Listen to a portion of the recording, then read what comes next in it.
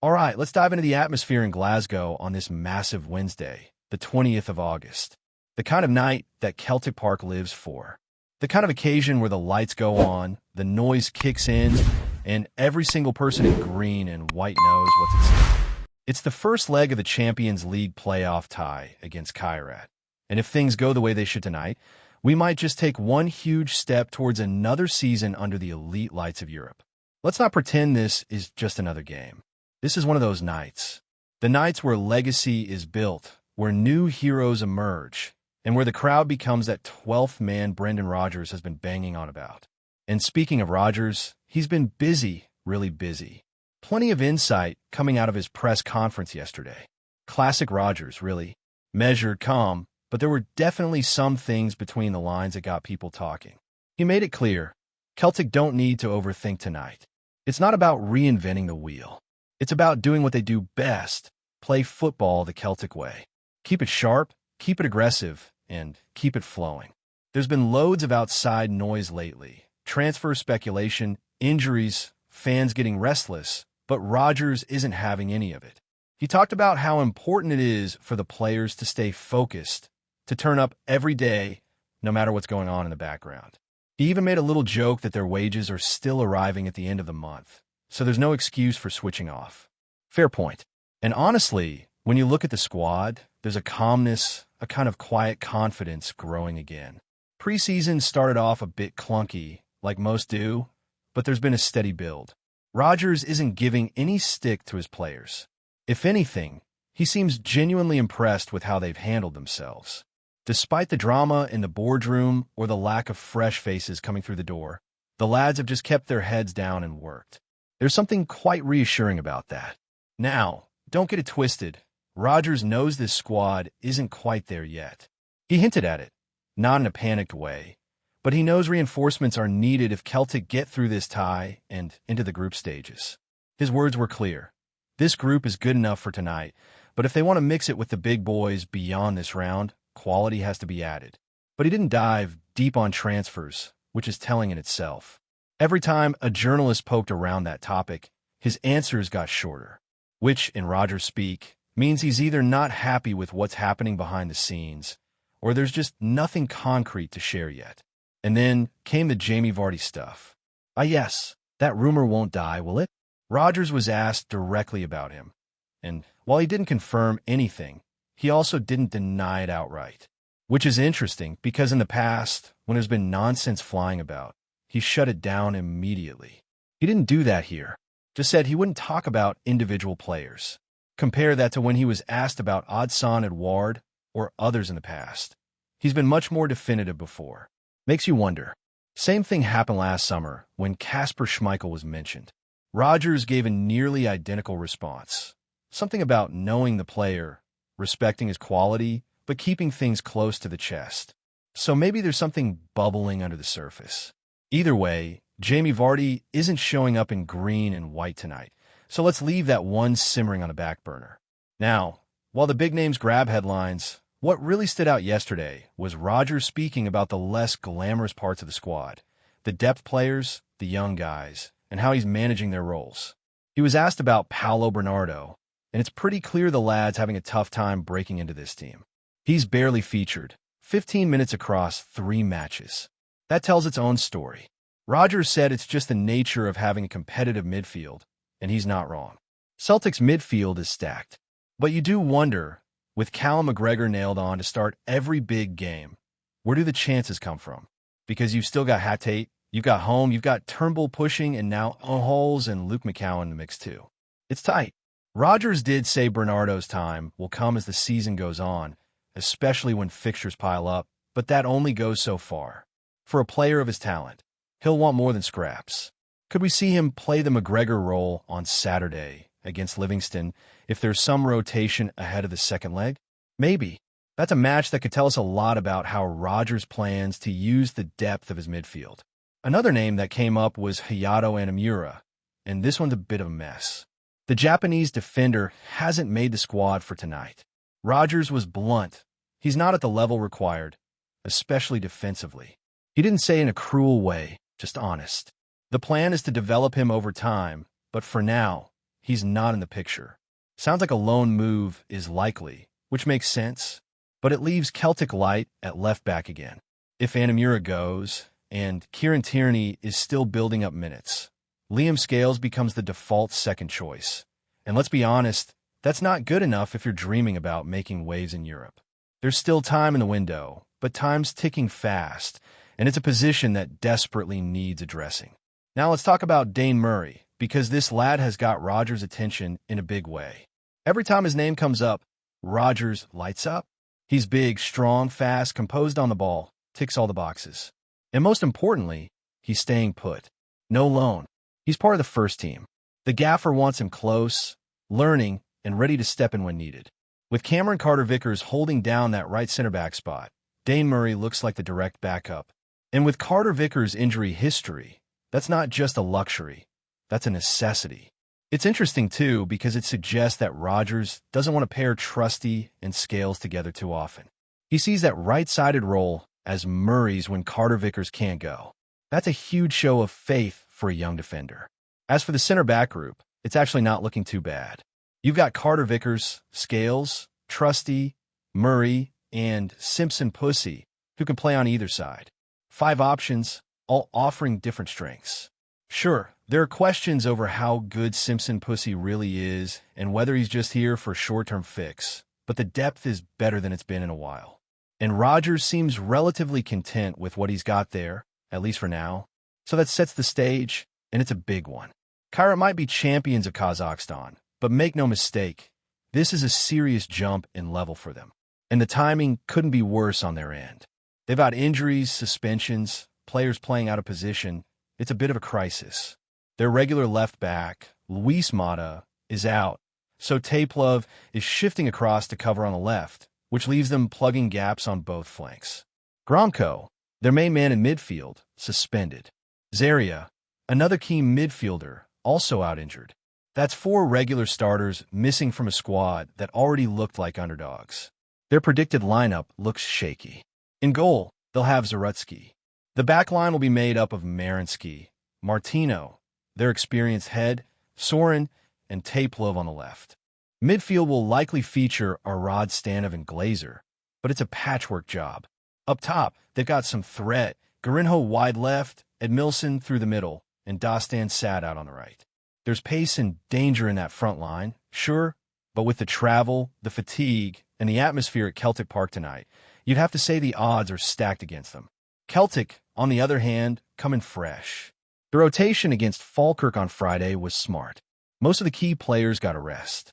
Compare that to Kairat, who had to use more of their starting 11 over the weekend and have been hopping all over Europe, from Kazakhstan to Bratislava and now Glasgow.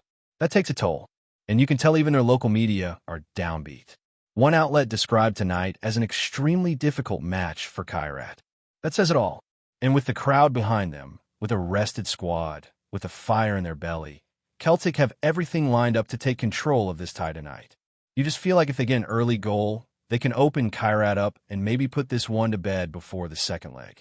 The confidence is building, and rightly so. Even little things like ticket availability show the buzz. There were barely 40 seats left earlier today, and those were restricted view. It's basically a sellout. That place will be rocking. The only minor gripe? The wall inside the concourse is still up after the feedback from fans on Friday. So, get there early, make your way in, and be ready. The man in the middle tonight is Norwegian referee Espen Eskes. He's reffed 2 Celtic games before. 1 win, 1 loss, both finishing 3-1. No big controversies. Assistants and VAR are all experienced officials from Norway and the Netherlands. So no excuses there. It's a clean slate. And when you step into Celtic Park on a night like this, it's not just about football anymore. It's about tradition. It's about carrying the weight of decades of European nights, lifting it all onto your shoulders, and showing you belong on this stage. Brendan Rodgers knows that. He's been here before. He's felt the power of this ground when it's alive, when it's bouncing, when it feels like the whole of Glasgow has shown up to push the team forward. That's the kind of force no spreadsheet or tactical plan can prepare you for. That's what Kairat are walking into tonight. There's a reason the biggest teams in Europe talk about Celtic Park with reverence. There's a reason players who've played in the toughest atmospheres across the globe still say this place is different. It's not a myth. It's not nostalgia. It's real. And tonight, with Champions League qualification on the line, it's time to show it once again. What we're looking for tonight isn't just a win. It's a performance. It's a statement. You come out strong, impose your game, and you make sure Kairat know from the first whistle that this isn't going to be some back-and-forth contest. This is Celtic's house, and anyone who walks into it gets treated accordingly. And with the Kazakh side down key players, their backline shuffled, and a long journey in their legs, there's no better time to turn up the heat early and often. Rodgers will be well aware of that. His setup is going to reflect it too.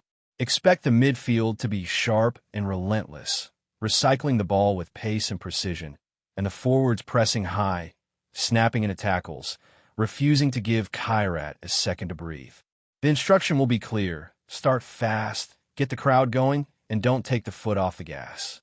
And really, this is what Brendan's second stint is all about. It's not about coming back and just winning domestic titles. He was brought back for nights like this, to guide Celtic through the European maze and re-establish that fear factor on the continent. And whether it's the Champions League or Europa League, the road to those famous midweek battles starts here. Let's not pretend the summer has been smooth. It hasn't. The transfer window's been frustrating. Fans are restless, questioning the ambition of the board, wondering where the real investment is. And yet, somehow, Rodgers has kept a lid on things. The squad has stayed focused. There's been no dressing room drama leaking out, no whispers of discontent, just the manager drilling his message home, day after day, trying to build something lasting from the pieces he's got. You can see that patience in how he's dealing with young players. Dane Murray, for example, isn't just being thrown into the deep end. Rodgers is picking his moments, easing him into senior football the right way. And while fans might be crying out for immediate impact signings, there's something reassuring about knowing the manager is thinking long-term as well. Same goes for Anamura. Sure, he's not ready right now. That's obvious. But Rodgers sees something in him, enough to say, let's loan him out, get him games, and see what comes back. And that's a better fate than what happens at most clubs, where young players just disappear into the void, never to be heard from again. Rodgers is trying to build a pathway, even if it doesn't always make the headlines. But for all the future planning, tonight is about the now. And Celtic know exactly what's on the line. There's no hiding from it. A failure here would be a gut punch, the kind of result that spirals into weeks of unrest. Lose this tie, and not only do you miss out on the Champions League, but the pressure on the board, on the players, even on Rodgers himself, triples overnight. That's the reality. And Rodgers is too experienced not to feel that. That's why tonight needs to be handled with ruthless professionalism. No lapses, no silly mistakes, no giving away cheap goals. Because as much as Kairat might look shaky on paper, they still have enough up front to hurt Celtic if the backline gets lazy. Ed Milson is a big, physical striker who loves a scrap. Dostan on the right has bags of pace. And Garinho on the left, while inconsistent, can pop up with a moment of magic if given space. These are not players you give freedom to. You press them early, press them often, and you keep them stuck in their own half, chasing shadows. And let's be honest, the Celtic backline still has questions hanging over it. Carter Vickers brings calm and quality, no doubt. But who partners him in the long run? Scales? Trusty? Murray, eventually? It's not set in stone, and it's not bulletproof. So, while everyone expects Celtic to dominate the ball tonight, there still needs to be concentration at the back. One mistake, one lapse, and suddenly an away goal can turn a good night into a stressful one. Rodgers will know that, of course, and you can bet he's been drilling it into the squad all week.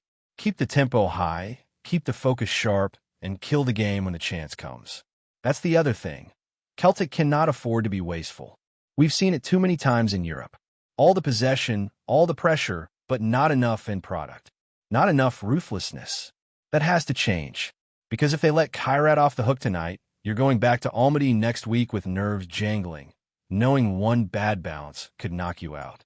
So tonight, it's about being clinical. If the chance is there, you take it. No fancy flicks. No overplaying. Just stick in the net and move on.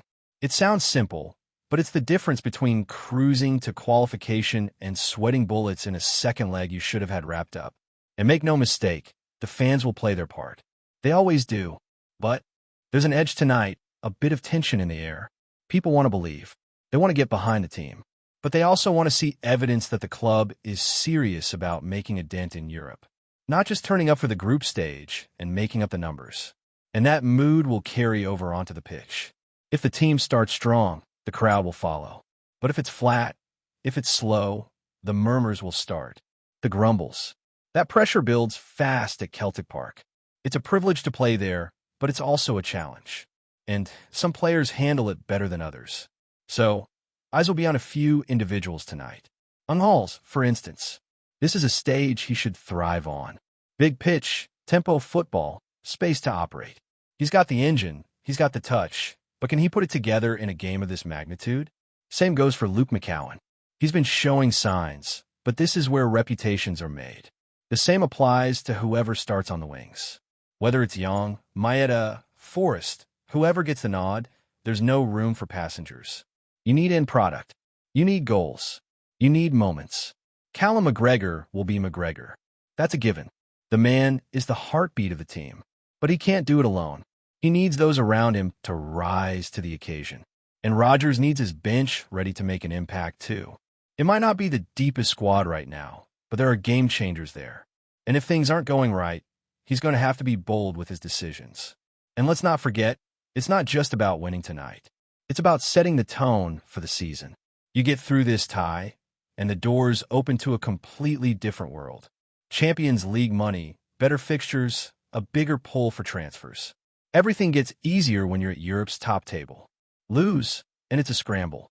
You drop into the Europa League, the narrative shifts, and suddenly the summer's frustrations feel a whole lot heavier. That's why tonight matters so much. It's not just about one result. It's about momentum, about showing progress, about reminding everyone, from fans to potential signings to rivals across Europe, that Celtics still belong on the biggest stage, and that Brendan Rodgers is the man to lead them there again. He'll be in that dressing room before kickoff tonight, looking around at his players, reminding them what this club stands for, reminding them that they've got an opportunity to do something special, not just for themselves, but for every supporter in the stands, every fan watching from home, and every legend who's worn the shirt before them. And when they walk out that tunnel, when the anthem hits, when the roar goes up, they'll know. This is it. This is the moment. No fear, no hesitation, just belief. Belief in the badge, belief in the shirt, and belief in the job that needs to be done. Because if Celtic get it right tonight, if they play with intensity, intelligence, and purpose, then this time might just be all but settled before the plane even takes off for Kazakhstan. And wouldn't that be something? Wouldn't it be sweet to walk in next week with the pressure off, the foot on the pedal, and the full focus on finishing the job without stress? It's all there for the taking. It just needs to be delivered. On the pitch, under the lights, where it matters most. Before we proceed, subscribe to our channel and enable notifications to receive all exclusive news about Celtic FC. Don't miss any details about your favorite team. It's extremely important for Celtic FC fans. The footballing world has been shaken to its very core after whispers began circulating late last night that Harry Kane, England's talismanic striker and a figure long associated with both Tottenham Hotspur and more recently Bayern Munich, is set for a sensational move to Celtic. The Parkhead faithful, who have grown accustomed to bold claims during transfer windows, have been left stunned by the magnitude of this rumor, one that suggests the boys are targeting not just domestic dominance, but a dramatic push to make their mark in Europe once again.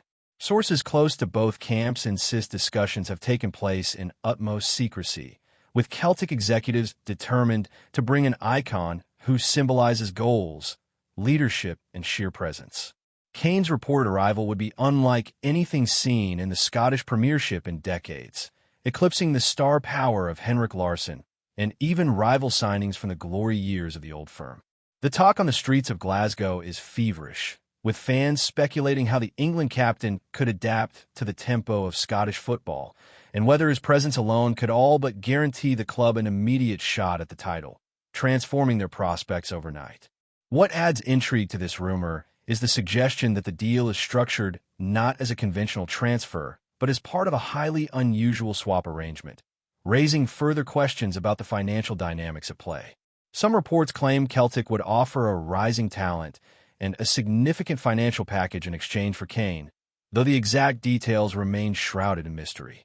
The notion of such a swap is unprecedented in the Scottish game, which has historically struggled to compete with the financial might of Europe's elite leagues.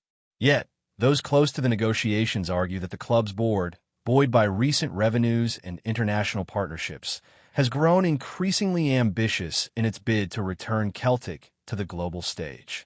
The gamble would be monumental.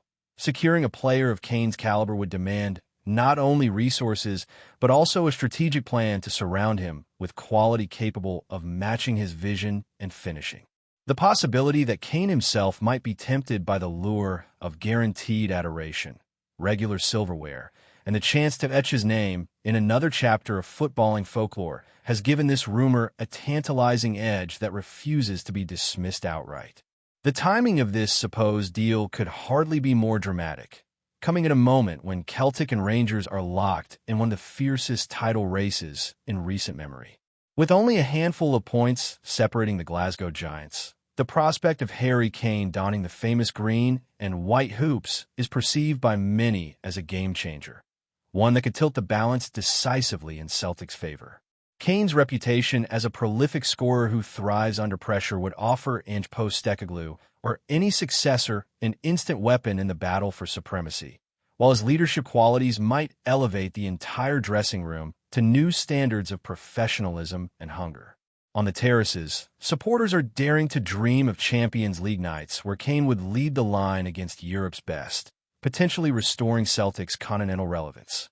However, rivals scoff at the suggestion, calling it a fanciful invention designed to unsettle Rangers and energize the Hoops faithful. Yet, as is often the case in Glasgow football, rumors, no matter how outlandish, take on a life of their own, feeding on the passion of supporters who live and breathe every whisper. The idea that Celtic might finally land a superstar has electrified the entire city. Skeptics argue that the move defies all logic, pointing to Kane's market value, his established status in top European leagues, and the massive salary he commands. They stress that Celtic, despite their storied history and massive fan base, still operate in a league where television revenues pale in comparison to England's Premier League or Germany's Bundesliga. For them, the numbers simply do not add up, and any suggestion of such a coup is pure fantasy. Yet football history is littered with improbable transfers, from global stars seeking a fresh challenge to legends opting for unexpected chapters late in their careers. Kane, now at a stage where medals and legacy outweigh mere statistics, might view Celtic as an opportunity to secure multiple trophies swiftly and play in front of one of the most passionate supporter bases in the sport. Moreover, insiders hint that sponsorship deals, merchandising booms, and record-breaking ticket sales could help soften the financial burden. Even television rights could surge with Kane's arrival, drawing neutral fans across Europe to witness one of England's finest strikers plying his trade in Scotland.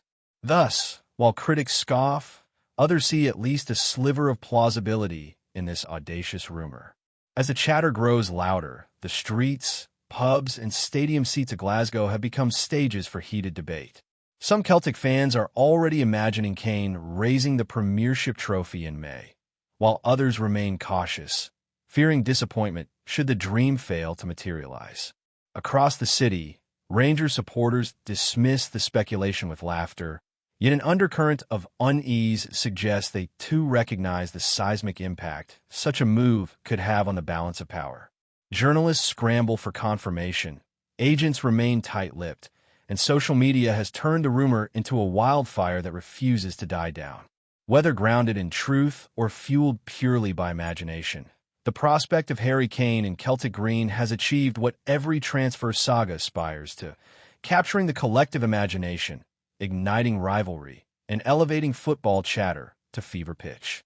In the end, Even if the deal never materializes, this story has underscored the allure and unpredictability of the beautiful game in Scotland, proving once again that in football, nothing can ever be ruled out, and sometimes the mere possibility is enough to send shockwaves through an entire nation.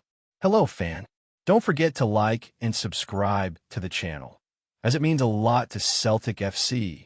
Also, share your opinion about the news in the comments below. See you in the next video.